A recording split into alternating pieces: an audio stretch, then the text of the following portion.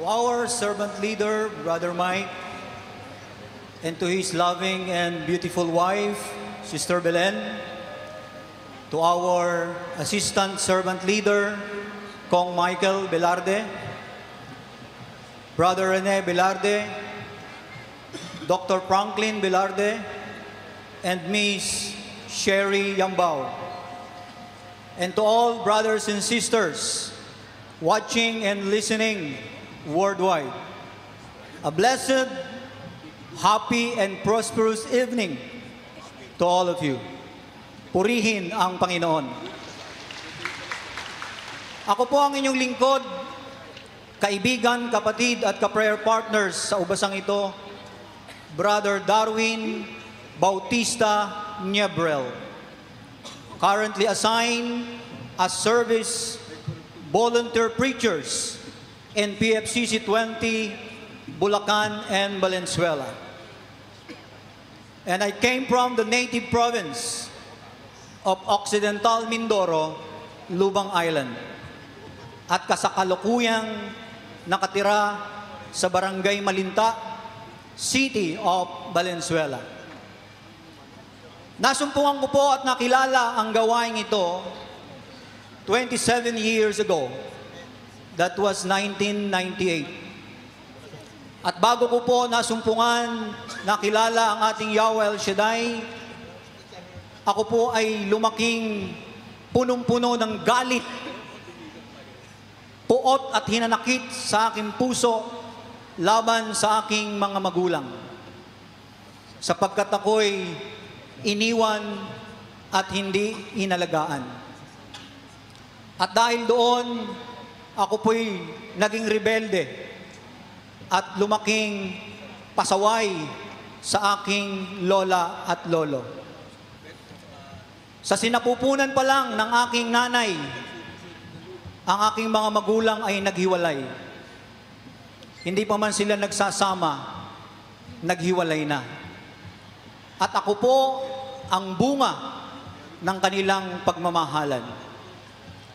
At nung dumating po nang ako'y isilang sa mundong ito, sa halip na laking tuwa ng nanay ko, nang ako'y isilang sa mundong ito, laking galit ng nanay ko.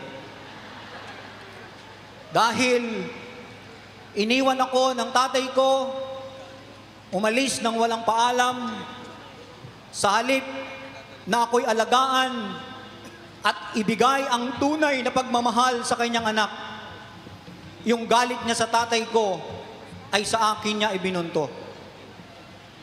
Kaya habang ako'y lumalaki, wala akong naramdamang pagmamahal at tunay na pag-aaruga ng isang magulang. Kapag ako'y umiiyak, ayon sa kwento ng mga lola ko, sa halip na ako'y alagaan, sa halip na ako'y patahanin at kargahin, ako'y binabalibag sa kama at sa banig. Dahil hindi niya matanggap na ako'y ipinanganak sa mundong ito.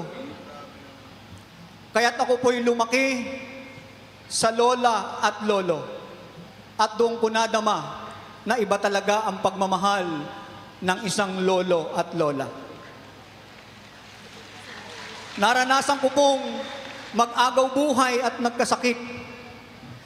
Niyakap at haplos ng isang nanay at magulang ay hindi ko naranasan. Kaya dumating ang pagkakataon, ako po ay naging swail at nagkaroon ng paghihiganti sa aking puso. At sa kasamaang palad, year 2021, binawian po ng buhay ang aking nanay. At nung siya po ay nag-aagaw buhay, unang beses na narinig ko sa kanyang labi, "Anak, mahal na mahal kita." For 43 years, hindi ko nakita at narinig ang isang tawag ng anak. Ngunit nung nag-aagaw buhay siya, "Anak, tandaan mo, mahal na mahal kita." Pero huli na ang lahat, siya po'y namatay. At ako po ay nagpapasalamat sa Diyos After po nang ako'y mag-graduate ng high school, that was 1998, yung galit, yung puot at hinanakit sa aking puso at pagrebelde sa aking mga magulang ay napalitan ng pagmamahal at pag-ibig sa aking puso. Dahil nakilala ko po ang ating gawain, ang ating Yahweh El Shaddai. At 27 years ago, kutakot na biyaya ang aking naranasan. Siksik, liglig at pagpapala ang aking naranasan. Dito na po ako nagkaasawa, nagkaanak, nagkabahay at lupa, nagkasasakyan, at nagkaroon ng hanap buhay at negosyo. Ngunit para sa akin, kulang pa. Kahit nakintang ko na ang lahat ng pagpapala sa aking buhay, I feel there's something lacking in my life. Like a puzzle, to make me complete, there's a one piece. Merong isang pirasong hindi bumubuo sa aking pagkatao. At iyon ay makilala ko at makita ko ang aking tunay na Ama. Purihin ang Panginoon. After ng ating gawain nung nakaraang Sabado, habang ako po ay papauwi, papunta ng Bulacan, at ako'y nagda-drive sa NLEX, sabi ng asawa ko, hayaan mo ang ating pagsisikap at ang ating pagod at hirap ay papalitan ng ginhawa at tagumpay ni Yahweh El Shaddai. At nung nandun na po kami sa bahay, napag-usapan po namin yung tatay ko. Sapagkat bago po namatay ang lola at nanay ko, sinabi niya yung tunay niyang pangalan, saan siya nakatira, yung hometown, Palayaw, at isinerch ko po sa Facebook. At bigla pong may lumabas yung kanyang tunay na pangalan, tunay na address, at eksaktong lugar. For 43 years na hindi ko nakita, nakasama ang aking tunay na Ama. The long search is over. Kasama ko na po siya ngayon. Nagkita po kami nung linggo.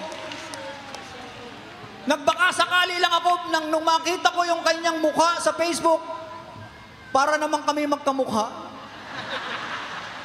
Kasi ang sabi nila, ang tatay mo at ikaw ay walang pagkakaiba. Kaya nung makita ko yung kanyang profile, ay talaga naman palang gwapo pala. At isang problema, paano ko hahanapin? Biglang mayroong lumitaw sa ka-stalk ko sa Facebook na sila po ay nag-move 1999 sa barangay Bitungol, Nursegaray, Bulacan. Bitungol. Pasensya na po kayo, hindi ako masyadong magtagalog. Thank God, sa pagbabaka sakali ko, magtatanong lang kami, magsosurvey lang kami.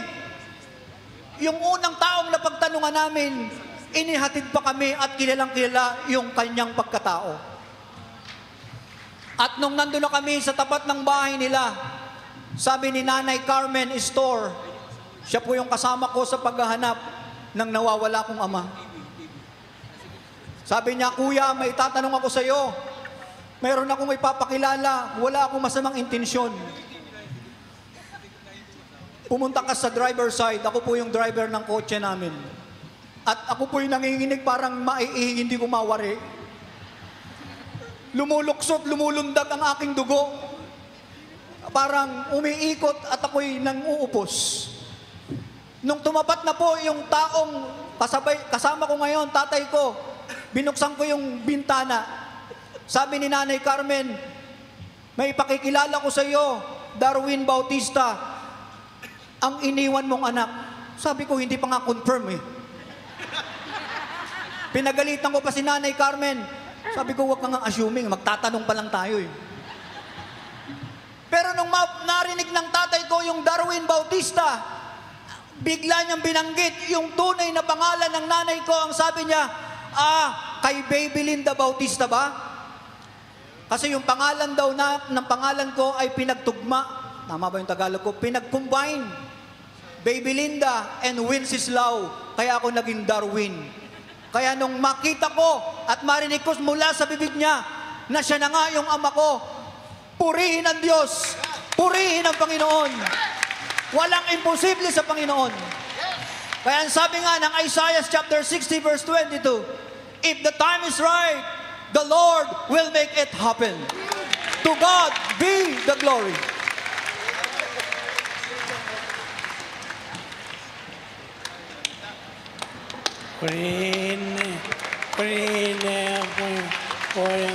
Thank you, God, for everything.